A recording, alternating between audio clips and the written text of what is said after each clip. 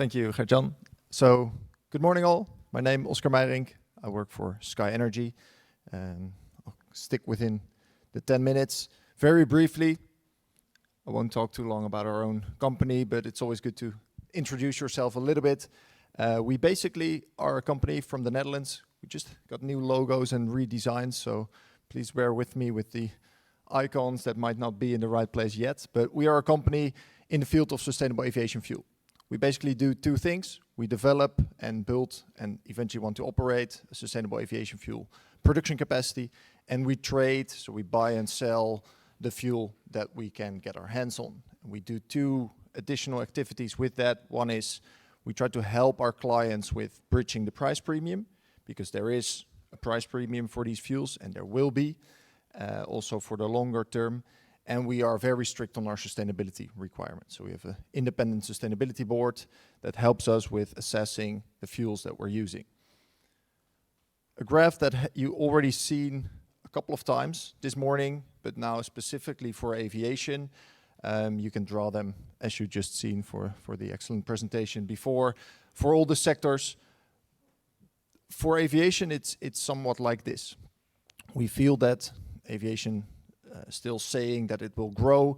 We don't expect the aviation industry to grow per se in Europe. We actually hope it will get a bit smaller.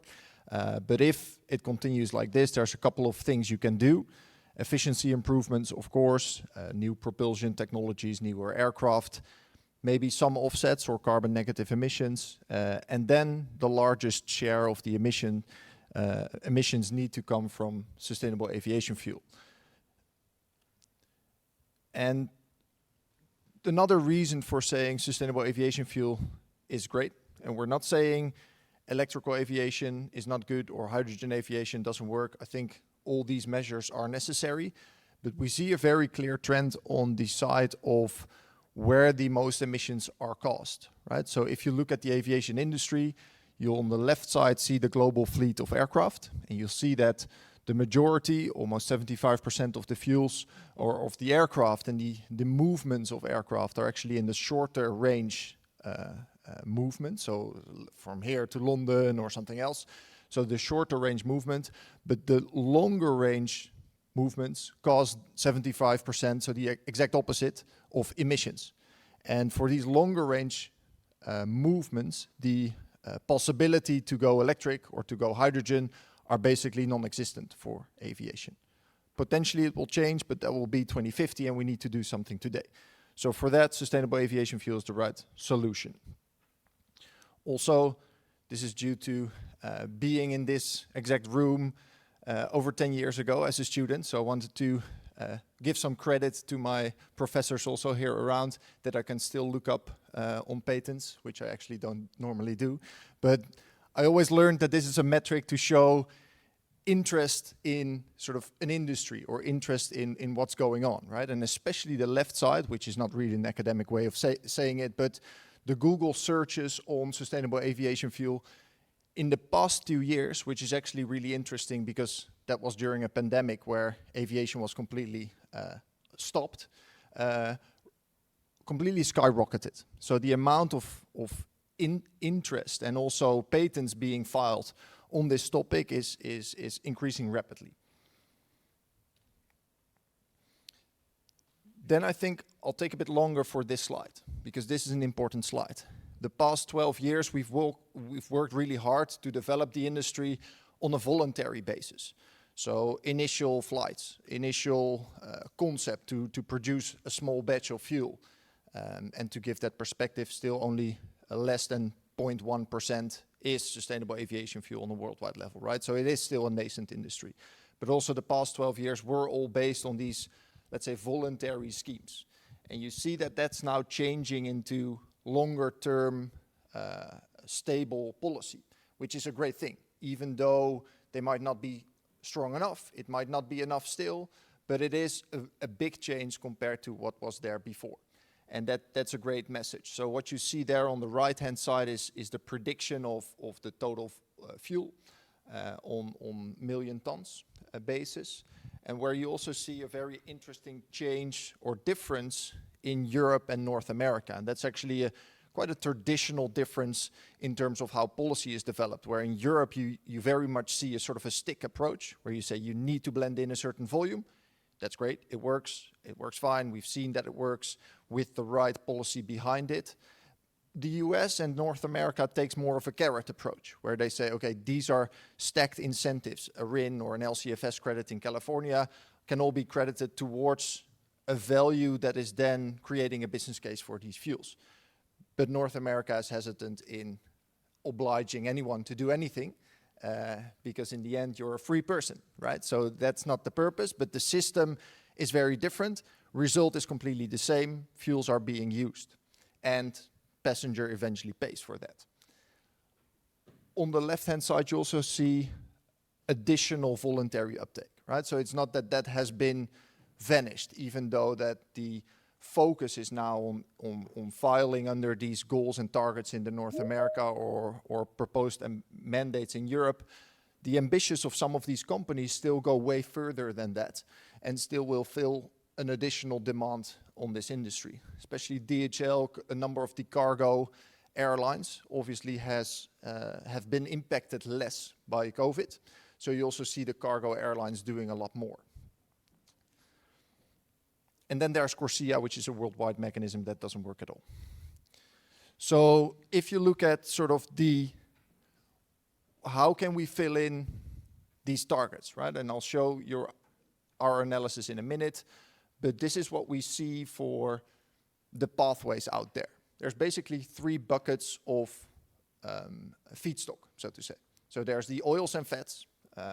We all know that that's the technology that's currently commercially available. You can license the technologies from a number of players, and the feedstock is out there to a certain extent, right? That's the biggest constraint there. The feedstock is limited.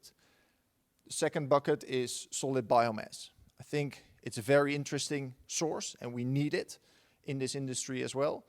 But we're still struggling a little bit to find, okay, what's the exact best method of converting, right? There's, of course, an alcohol fermentation. Björn will say a bit more about that in some of the presentations later on.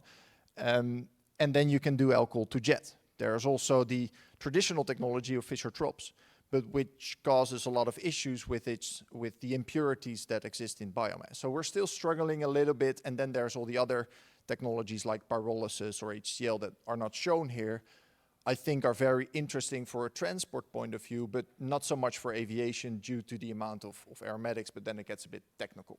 So it's not super interesting for us. These are the most interesting for us. And then the third bucket is obviously power to liquids, which has all its downsides itself, but is in the end an essential element to scale the aviation industry and scale these fuels. Then this is basically that same slide as we've seen before. The underlying grayer area are the targets that were just shown by Loes in sort of what is necessary from a Refuel EU aviation point of view to fill in the target set by the European Commission. And then we've done a very extensive assessment. It's available on our website to see, okay, how can we fill in those targets for aviation? And what you see is on the bottom, until 2030, we see HEFA, or the HVO pathway, where you use waste oils, will be the pathway that fills in those targets mostly. But you also see after 2030, we don't believe that can be scaled higher than what is out there already, because feedstock is simply not there, or truly sustainable feedstock is simply not there. What you then see is the increase, which is especially around the 2030, 2040 timeframe, as you can see, needs to be filled in by other bio-based sources. And that can be either alcohol to jet or Fischer-Tropsch conversion, but that will be the biomass basis, let's say. And then there's the yellow piece, which is the power to liquid area.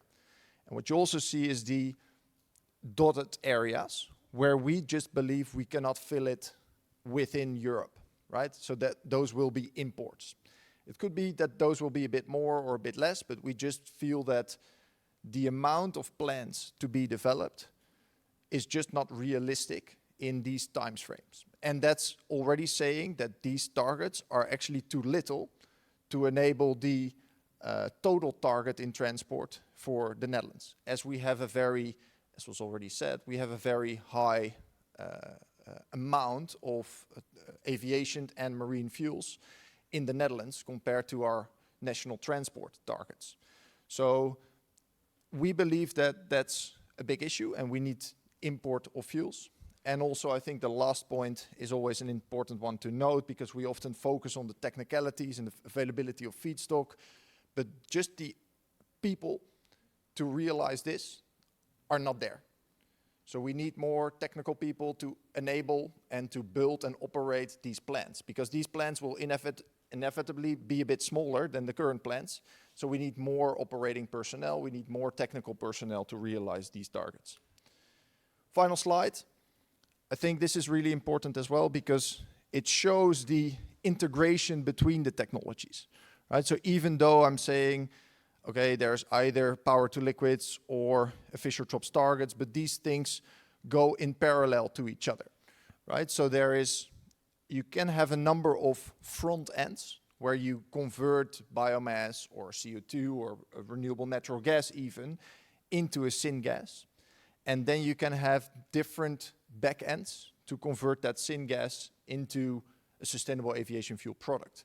And that's interesting because we believe that, for example, the gasification to alcohol to jet pathway is a very interesting pathway today, and then can be scaled and increased at that same site with a power to liquids front end, if there is at some point in time enough renewable hydrogen and enough CO2 to do so.